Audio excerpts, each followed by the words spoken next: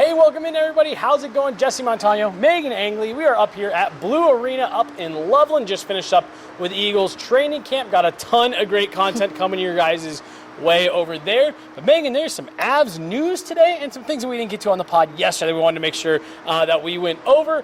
So got a packed show for you guys today. As always, we want to remind you guys about our great friends over at Refi Jet. Did you know that you could refinance your auto loan? Well, with Refi Jet, you could save around $150 every single month, all with just a soft credit pull and zero hassle.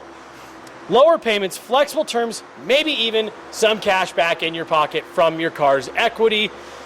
Refi Jet does the work. You get the savings. Start today at refijet.com, the faster, easier way to refinance.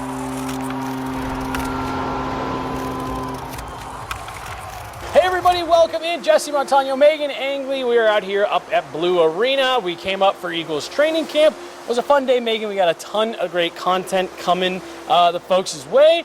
I already know how you're doing because we're sitting in an AHL building, but I'm going to ask anyways. How you doing? Oh, so good. I'm excited to be back here in about a week. A week. Opening night, Calgary Wranglers, Yep. Eagles next Friday. And if you've listened to the inaugural episode of the official Colorado Eagles podcast, hosted by our very own Meghan Angley, you heard that the Colorado Eagles and Guerilla Sports are giving away tickets in the Crown Lounge Suite, which, Meghan, this is the view right here. There'll be couches and drinks and tables and all kinds of stuff set up, but this is what you'll be seeing if you enter in there and are able to win those tickets. So make sure, head on over to Guerilla Sports socials, Colorado Eagles socials. You can find the link, find the form to submit your entry. All you got to do, Meghan, is subscribe to the official Colorado Eagles podcast, which you can find on YouTube or anywhere that you get your podcast. Then head on over to the link in the promos. We'll be pushing it plenty between now and next week. But if you're curious as to where the Crown Lounge is, this is it. And this is this is an amazing building. There's no bad seat in this building, but yeah, I could watch a hockey game from here, Meghan. Yeah, great view, both benches. It's really nice. Love it. Right next to the Voodoo Ranger Lounge over here. A lot of activity, but this is the Crown Lounge, and we are giving away tickets for the official Colorado Eagles podcast for that opening game. Meghan, we had a couple things that we wanted to get to yesterday on the show that we just kind of ran out of time, but there's some breaking news this morning that actually some wonderful Eagles fans were the ones who alerted us of it, because you were doing a sit-down interview with Ty Fellaber, which, like I said, great content coming everyone's way. I'm excited for that one. Help me with the pronunciation here because my screen is Ilya not doing me any favors. Solovyov. Ilya Solovyov of the Calgary Flames / Calgary Wranglers of the AHL was placed on waivers by the Flames, and the Avs have picked him up. Left-handed defenseman. Don't know a ton about this guy, but Meghan, just from your initial research from 10 minutes ago when we got the news, what have you found out? Yeah, 6'3", 209 pounds, left-handed defenseman, certainly of note, and has had a really great camp. I'm seeing fan reactions on the Calgary side, a little disappointed that they've given up on what they consider a young player at 25 years old, and the path for a defenseman to develop. That certainly is still a young defender. He's going to be entering his fourth season, in the North American professional leagues, having played overseas a little bit prior to this. And his camp, some of the improvements that people observed in his game, like a solid defensive game, good in his end, heavy physical player, but also smart stick plays. And I think looking at the identity that the Wranglers have played with too, just being a competitor against the Eagles often, that certainly tracks with the identity that I know that back end to play with. So I'm not as familiar with him on a very personal level, but he also led, the back end for the Wranglers last year in goals. So he's got a little bit of an offensive instinct, and he's got 15 NHL games to his name spread out over those couple of NHL, AHL seasons now that he's put into his body of work. So he's a really intriguing player, is where I'm going with this. The other thing people noted in the camp that he's had this year is an improvement in his skating. So certainly an important aspect when you have a large defender, their ability to get up the ice, whether you're playing in Loveland or you're playing with the Avs. That's just going to be a requirement of the way that they like to execute up and down the ice in transition. So I'm excited to see he offers something a little bit different on that left side. It's worth mentioning, too, that the organization needs depth top down. Right now, the back end that's projected for the Eagles is a little bit banged up. Connor Kelly's not out here. He's one of the players they signed out of college last year. Hank Kempf, still in a red no-contact jersey, experienced a little bit of an injury over camp as well. And Jacob McDonald, of course, still rehabilitating from his off-season procedure and not expected until mid-season for the Eagles. So when you've got some of those lefties that the Avs have taken interest in on that left-hand side up with them in Jack Ashan and Wydom, who's here right now, that's just going to make a need then for the Eagles to also have left-handed options on the back end. So that's not necessarily putting him in the Eagles camp right away, but it gives the Avs intriguing options then past Malinski, who's still trying to make it work on his left side, and Keaton Middleton, who is a natural lefty. Well, and with the waiver claim, the Avs can't send him down to the Eagles for I believe it's 30 days or 10 games. So Solovyov is going to be with the Avs here for a bit, and is that right? I'm just saying it to myself. Okay. I have to keep saying it to make sure I get it right. Yep, Solovyov, and of course Mark went out of town, so we don't have Mark to correct us on the pronunciation of this. But like you said, 25 years old, 6'3", about 210 pounds, and one of the things that I was doing is you were kind of talking through some of that. I was on X and just looking through what some of Flames media, Flames fans were saying is a lot of what you were just talking about. And again, you're seeing clueless. What is management doing? Bad use of assets. We were willing to waive this guy to protect a player like Jake Bean and stuff like that. So, look, from the very brief little bit of research I was able to just do, this looks to me, Megan, more like Keaton Middleton competition. And definitely an option if you're not feeling great about what you are getting out of Sam Malinski after a handful of games playing on his offside. Now, again, Jared Bednar did tell us it's going to be a pretty long leash for Sam playing on that offside, but I like options. I like competition. Keaton Middleton was saying the other day in the locker room, like, hey, I have to compete for a spot always. And I just think it's good to bring someone else like this in to continue that competition, continue pushing things forward. But like I said, I think the most important thing to note here is there's one of your roster spots. He will be with the NHL roster on opening night on Tuesday, and at least for the next month. So this is a guy who, for lack of a better way to say it, has made the team by being claimed on waivers. So I do. You look at a guy like Keaton Middleton and say maybe that means that he'll be passing through the waiver wire himself here in another week or so. Yeah, it's interesting because I think Keaton Middleton has had a good camp. Yep, I agree. I think that in terms of my expectation, I think there are aspects of some of the defensive reads he was making that appeared sharper than last season. And I think he's continued to keep up with the pace of play. So I really had no criticism of his camp. I just think that there's more of an upside swing in Solovyov. So it's interesting then, I feel for Keaton Middleton, the position that it puts him in, but I also, just knowing what I know about Jared Bednar, imagine that it's intended to get a rise out of Keaton Middleton, encourage his very best, make it more competitive. Malinski. It certainly lights a fire under Malinski, and I think that it definitely adds competition, but it's not as direct, in my opinion. I agree. In that you wouldn't just pass over this highly coveted right-handed defenseman out of Cornell. It's a title on the internet.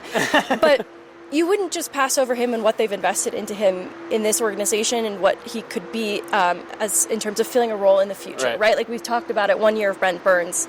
It would be very unwise to just fully punt on the investment you've made into Sam Malinski. So where I'm going with this is still competition for Sam Malinski, but I'm not viewing this as you're on your way out, kid. Right. No. I'm totally with you. And I think the call out, which you and I have been talking about now for a couple of months, of you can only count on 1 year of Brent Burns. He might be done after this year, especially depending on how the season goes for the Avs. And for a guy that you like so much in Sam Malinski, I completely agree. I think it'd be silly to be like, oh, well, we got this guy off waivers, so now Sam Malinski's expendable and we can move. It's like, no, I don't see it that way at all. But here is one other guy that could play on that left side on the third pair if you need to. So again, I completely agree. I don't think it's direct competition for Sam Malinski, but hey, there is one more guy now in your rearview mirror if you can't get it quite figured out. Right, in that it's one or the other. I think there's still a world where Malinski's role exists. It just maybe changes if they do not continue to feel more comfortable with him on his left side. So this definitely lights, it turns up the pressure in the pressure cooker, not only for Malinski, for Keaton Middleton as well. So I'm curious to see how he responds, because I think that, he's really liked around the room. And I'm excited, though, to see what Solovyov is, too, as a player. Yeah. We are experiencing technical difficulties. Please stand by.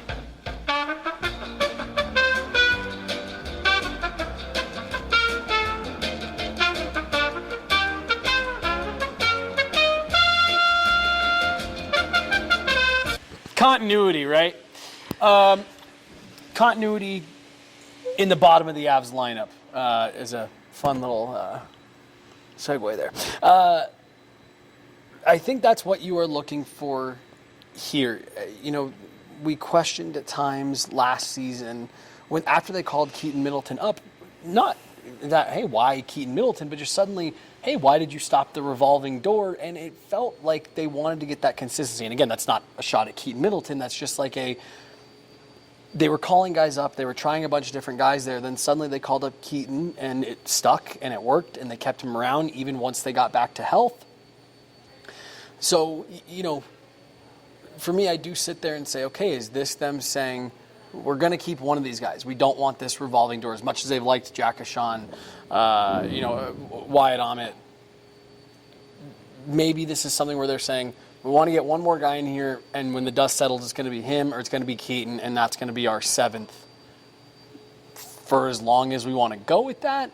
And I don't know, this might just look like some insurance to solidify who that seventh D, 6-7 guy might be, even though, like we were just saying, I think the 6 are pretty set, barring injury.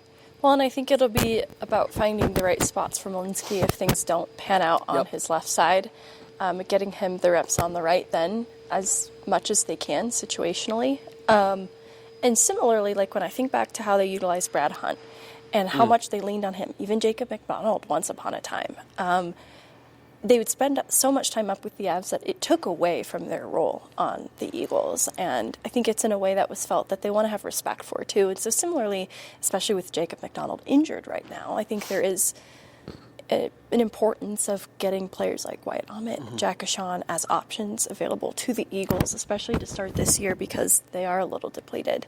So it does still put a player like Keaton Middleton in an interesting position, but I do think you're right that they want a little bit of consistency as to who that 7th D is. Just looking at Caleb Jones, for example, when he was that guy, really skilled player that was right on the fringe, right? And so it didn't serve him well to not be getting in games. And then when called upon, it was harder for him to kind of get to his game because of the style of hockey that he played. So I think it's important to acknowledge, too, the type of player that they want to keep around as that 7th D, now when looking at what Keaton Middleton is and what Solovyov is. And, I see the sentiment from the Flames side of it that this is a guy that is a 7th D in the NHL right now and could be a 6th D full-time at some point. And so I think that's where the organization, like the Avs, see this upside swing that I talked about earlier in the same exact location. And I think that's the appeal then of having a guy like that can start to build that familiarity around the team now. And I'll be curious to see then what is next, more so for Keaton Middleton than anyone else in this equation. Well, and Megan, and it's not, crazy significant. But again, just as you look at it, bumped up next to a guy like Keaton Middleton, this is a player that maybe looks like a little bit more offensive upside just based on what he's been able to do in the American Hockey League the last couple of years while still having, some good size.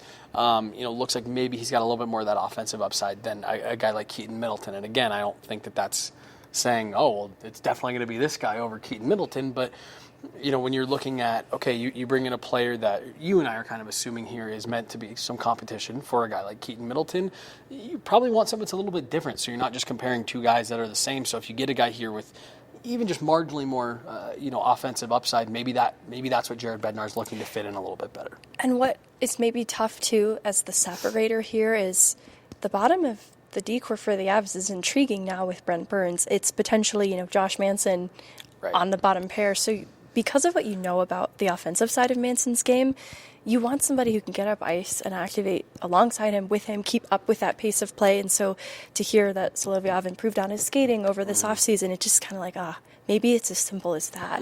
Like just a better complement then to Manson, to kind of make Manson's game more dimensional, or as dimensional as it should be, versus hindering it in any way. Well, and we also got to keep in mind, you imagine that you will have the odd injury or two pop up, whether it be Josh Manson, 1,000% right. Cale Makar miss a handful of games, something like that on that right side. So maybe this is also the Avs saying, we know at some point we're going to put Sam on back. The right, so let's just make sure we've got ample bodies that can fill in here on the left. Good compliment. Yeah. Anything else on Solovyov? Solovyov. Anything else? No, I think that's perfect. That's it. Waiver claims. We're deep in the trenches of preseason here. Preseason, but it is a spot on the roster that we have kind of had circled of, well, you need to do something about this extra D, and you'd like it to be someone else on the left side. Like I said, brings in a little bit of brings in a little bit of competition for Keaton Middleton. Let's talk about a guy whose last name is much easier to pronounce. Mackenzie Blackwood. We wanted to address this on yesterday's show, but again, we had kind of gone long already and we ran out of time. Gary Lawless was being lawless on the VGK broadcast. Maybe he didn't even know this was brand new information. Well, I'm mostly just giving him a little bit of a hard time, but because I think you're right. It was the way that they said it. Yes. Made it sound like, he said he's had some surgeries. He's not going to be ready. Wedgewood's the guy. So that was how it was said. So it was like, what? That's not what we've heard. That's not what we were told as recently as yesterday. So I reached out, and it was confirmed. And it was even described to me as a procedure. I wasn't told that it was like right. Crazy surgery and that. He had a procedure done in May. BBL. He had a procedure done in May. But so what we've seen him rehabbing is this whole summer, this whole training camp has been coming off of that procedure. And I was told that's the only thing that they could have been talking about. So like you said, I don't actually think Gary Lawless on the VGK broadcast was trying to stir the pot. But he was stunting on us because we didn't know about that surgery. I know. So yeah, it did help get a little bit more out there, but this is not something new that Avs fans need to suddenly be worried about, that Mackenzie Blackwood needed a surgery last week and now that pushes his timeline back. No, Jared Bednar said just a couple days ago they're actually still hopeful that maybe first game back at home. Right, and I found Jared Bednar's most recent answer on this the most affirming thing of everything that you're saying right now, that there's not this new reason to panic, even in light of new information of an old surgery in May. And that is, he's not ruled out for opening night, and they're not concerned if he misses a game or two. So that indicates to me that it might not be opening night, but it's pretty close thereafter. I'm fully going into this expecting that Scott Wedgewood's the guy for probably even the first 3 games, and then I imagine that you'll start seeing Blackwood maybe back up somewhere in there, assuming things continue going. According to the rehab schedule. He should just do a conditioning stint here. He should. I'm just kidding. Up here, yeah. So we just wanted to make sure that we address that. Yes. This is not a new surgery. I shouldn't be laughing so much. I know there's genuine concern online right now. Yep. My panic level's very low. Just in everything we've seen with him around the rink. It's not like he's participating in the full extent of practices, but he has been gradually ramping it up and has been around the arena this whole time. Yep, absolutely. Here's one other thing I just want to address really quickly, because it is something else that people are freaking out about on Twitter right now. Oh, Jesse. I already know what this is. And I just have to mention I didn't want to touch it. Last night, the Avs were invited by the guy who signs their paychecks to Thursday Night Football, nationally televised NFL game for the LA Rams at a beautiful stadium in LA, SoFi Stadium, also owned by the guy who signs their paychecks. So the Avs were hosted by KSE, by Stan Kroenke and the LA Rams to be their guests last night at the game.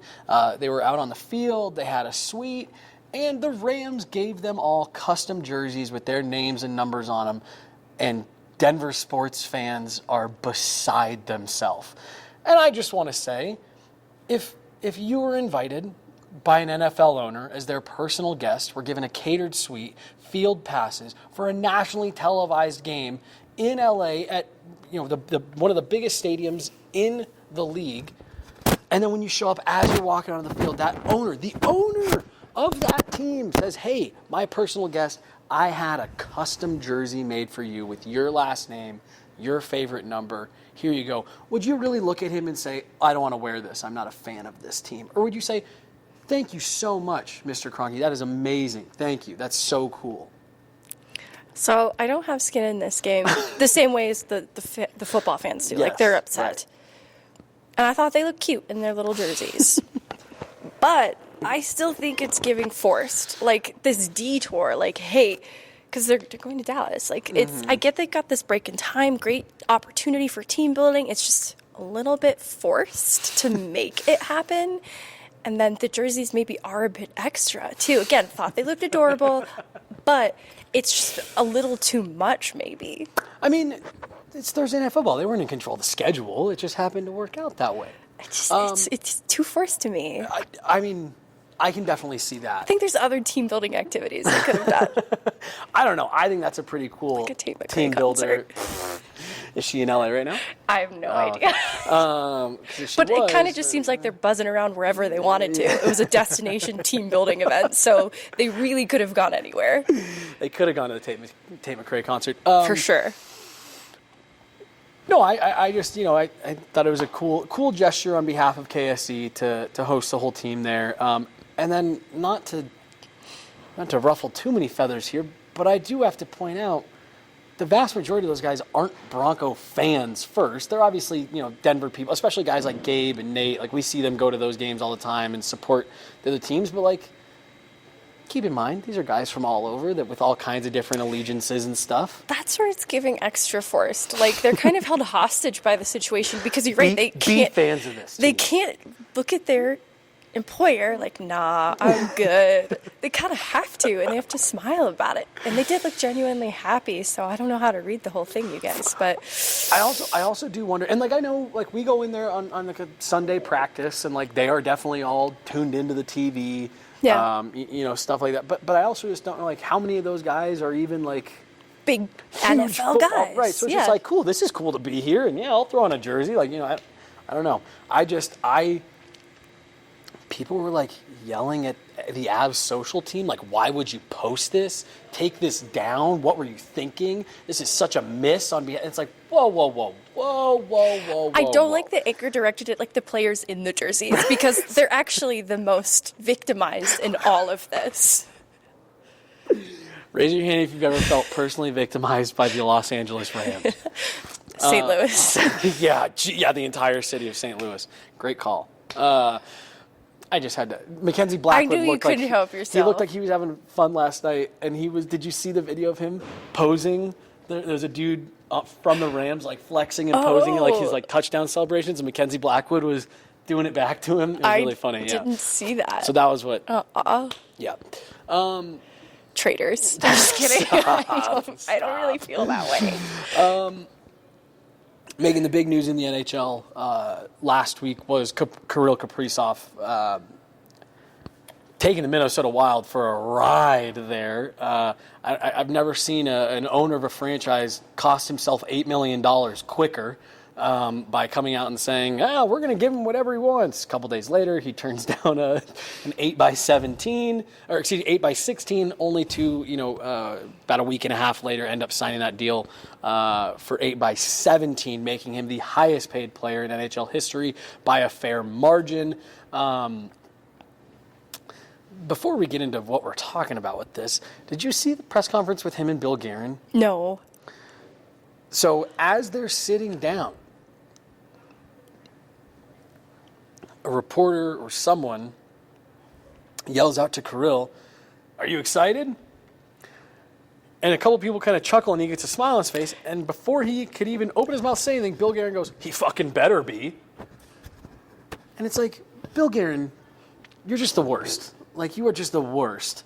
But at the same time, I understand why he was probably frustrated, given that his owner kind of took his negotiating legs out from underneath him in that whole process. I just thought that was a really weird thing to say at the start of our press conference. I think he's trying to be funny. I think he was trying to be funny. It's giving forced. That's going to be the name of this episode. It's giving forced. Kirill Kaprizov, I mean, this is a number, honestly, Megan, even 16, for as great as Kirill Kaprizov is, that number was way too high. 17 is way too high, but I heard the conversation being had before the deal actually got signed of, like, people are going to have to keep in mind here, and I think it's so true. Kirill Kaprizov probably isn't a $17 million player. To the Minnesota Wild, though, he is absolutely a $17 million player. So knowing that, how much trickle-down do you think this has? Or do you think that the league and managers and coaches are going to look at it and say, that's an anomaly of a contract, that's not what he would have fetched on the open market, pending free agent winger A, we aren't going to pay you based off of what Kirill Kaprizov did? Or do you think that this did set a market? I think to an extent, and I don't have the number breakdown in front of me, but the percentage of the cap at the time of the signing versus where it's projected to be, and because the cap is projected to continue rising, and even looking at this last year, how it rose even higher than some front offices expected, I think when you are looking at a player of his caliber who can absolutely command term, you do have to take into consideration then that percentage of the cap in the future is actually pretty normal, pretty level with some of these other high contracts and high-skilled players that we've seen just in the last couple of years. So I think it'll start to stabilize in the future, and that was maybe where Kaprizov was looking ahead to, right? Like, yeah, this feels kind of crazy right now, but when I'm later into this contract, it's going to be very appropriate, and I won't be feeling like I left anything on the table negotiation-wise, because I think there are some contracts I look at now in hindsight with the direction these contracts are going, like, man, what a steal to have Nathan MacKinnon on his current contract, right? Seriously. And so I wonder if other players maybe look to that and reconsider what they're asking for in term to better monitor then what the situation is with the cap, to kind of keep that in their back pocket, going back to that percentage of the cap thing. Now, what's going to be interesting is, well, one, I saw somebody point out, they're like, man, the Minnesota Wild sure are interesting. They spent 6 years trying to get out from underneath $17 million worth of dead cap. And at the first chance they got, they immediately turned around and gave it back to one player. But, again, Kirill Kaprizov. He is very special. He's a special player. Holy smokes, is he good. But here's what I think is going to be interesting. I believe it was Elliot Friedman talking about the Edmonton Oilers, saying, I don't know if they can go to 17 with Connor McDavid. That initially, that there was a lot of folks who, before some of this started happening, the Kaprizov negotiations started becoming public, there were people that were thinking McDavid, 15-ish, a big, bump, significant over what the current highest paid player is. And he was just Friedman was making the point of, like, you got Draisaitl, you've got Nurse, Evan Bouchard is now over $10 million, Stuart Skinner is due for a new contract if, whatever they decide to do there. That Trent Frederick contract's looking a little bit tricky now. So if you're Connor McDavid, are you now, like, I imagine his agent is like, well, so 18 is the starting point now. I don't know if Edmonton can do that. And if they get to a point with Connor where they are able to find a deal, and let's say McDavid signs, and I'm making this up, let's say McDavid signs for 16, 15, 7. Does that just completely throw everything in, out of whack, where it's like, okay, well, we thought the market had been reset, but now the consensus best player in the league just signed for less than that? And where we're going with all of this is a guy like Marty Nečas, and how does all of this affect it? Right. And I don't know. I think this Kaprizov contract has complicated things.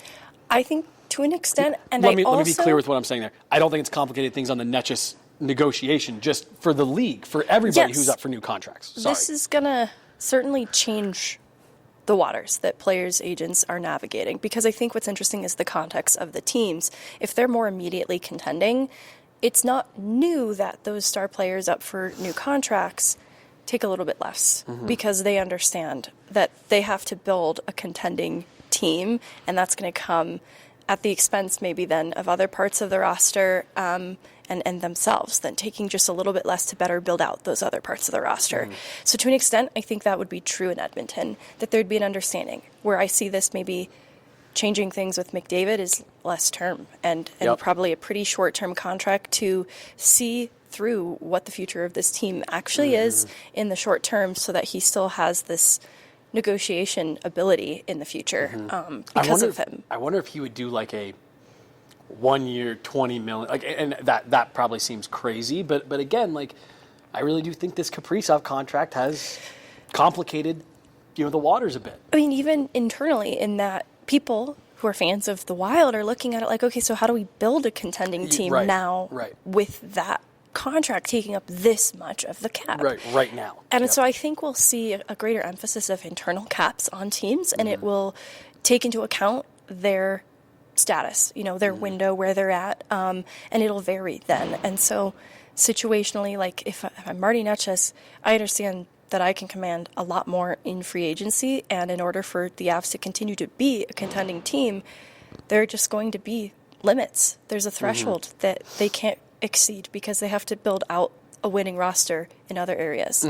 And, if I want to win as a player, I'm taking that into account in all of this. That the path to the Cup through Colorado is easier this year than the path to the Cup for the Minnesota Wild. Yeah, no, I completely agree with you. And it's why, Megan, I really don't think... I'd be willing to bet that the Kaprizov contract hasn't even really come up in the negotiations between Marty Nečas and the Avs camp, even with it, being signed, the details that had come out before it was signed. I think, one, what you just said, I think a team like the Avs are probably making that argument to Marty Nečas, like, we're not going to give you $13 million. We're not going to give you $12 million, but we'll give you 10, and we're going to build a contender around you, and you're going to spend the next of that 8-year extension. You're going to spend the first 5 years of it running, making runs to the Western Conference Final, Stanley Cup Final, or at least attempting that every single season. And again, I just, my guess, and now I thought this way too about Mikko and the Draisaitl deal. But my guess is that Kirill Kaprizov signing for $17 million really doesn't have that much weight bearing on the Marty Nečas negotiations. Yeah, I imagine there's a number that's kind of in place, right? Like on the Avs side, on Marty's side, and it probably is just affirming the high number for Nečas' side, and they can kind of use that as leverage to point to that high number, but I doubt it comes in much higher than what it was already at. It's probably just further justification for whatever that high end was. And that's where the Avs maybe have to consider granting some allowances in the negotiation, but it won't be, and it shouldn't be, I should say, anything crazy. And that's where, too, I think that they can lean on, I don't want to say promises, but what they can offer Marty Nečas beyond the contract, and that is in terms of role and what he can be on this team and how they can further elevate his career, right? Because he comes off a career year, split time between Carolina, Colorado, and I think that the bump that can exist for him as a player, playing through Colorado, playing with guys like Nathan MacKinnon in their prime, only sets him up for success. So that just makes further contract negotiations even better. Like, I think that you have to weigh all of that if you're Marty Nečas. So I still feel optimistic about it all. But again, like going back to what he could command in free agency, there is probably a team who is not vying for a Stanley Cup tomorrow that could offer him the moon and a locked-in, guaranteed top-line role. And maybe he's interested in that. But he's not going to be fed pucks by MacKinnon on the power play. So that's got to count for something. And he'll be golfing in May. You know what I mean? Like it's and again, I think that is the other part of the Kaprizov stuff is, honestly, and it's usually backwards from this. If Kirill Kaprizov had gone to the open market, I don't think he would have gotten 17. I think he would have gotten 15.5. And again, had the negotiations with the Wild not become public first, I don't think anyone would have batted an eye at that. I think there probably would have even been some people that were like, holy smokes, Kirill Kaprizov, $15 million? But to the Minnesota Wild, an organization that has never had a player of his caliber, let alone a player that they drafted and developed, Zach Parise was really good for them when he was there.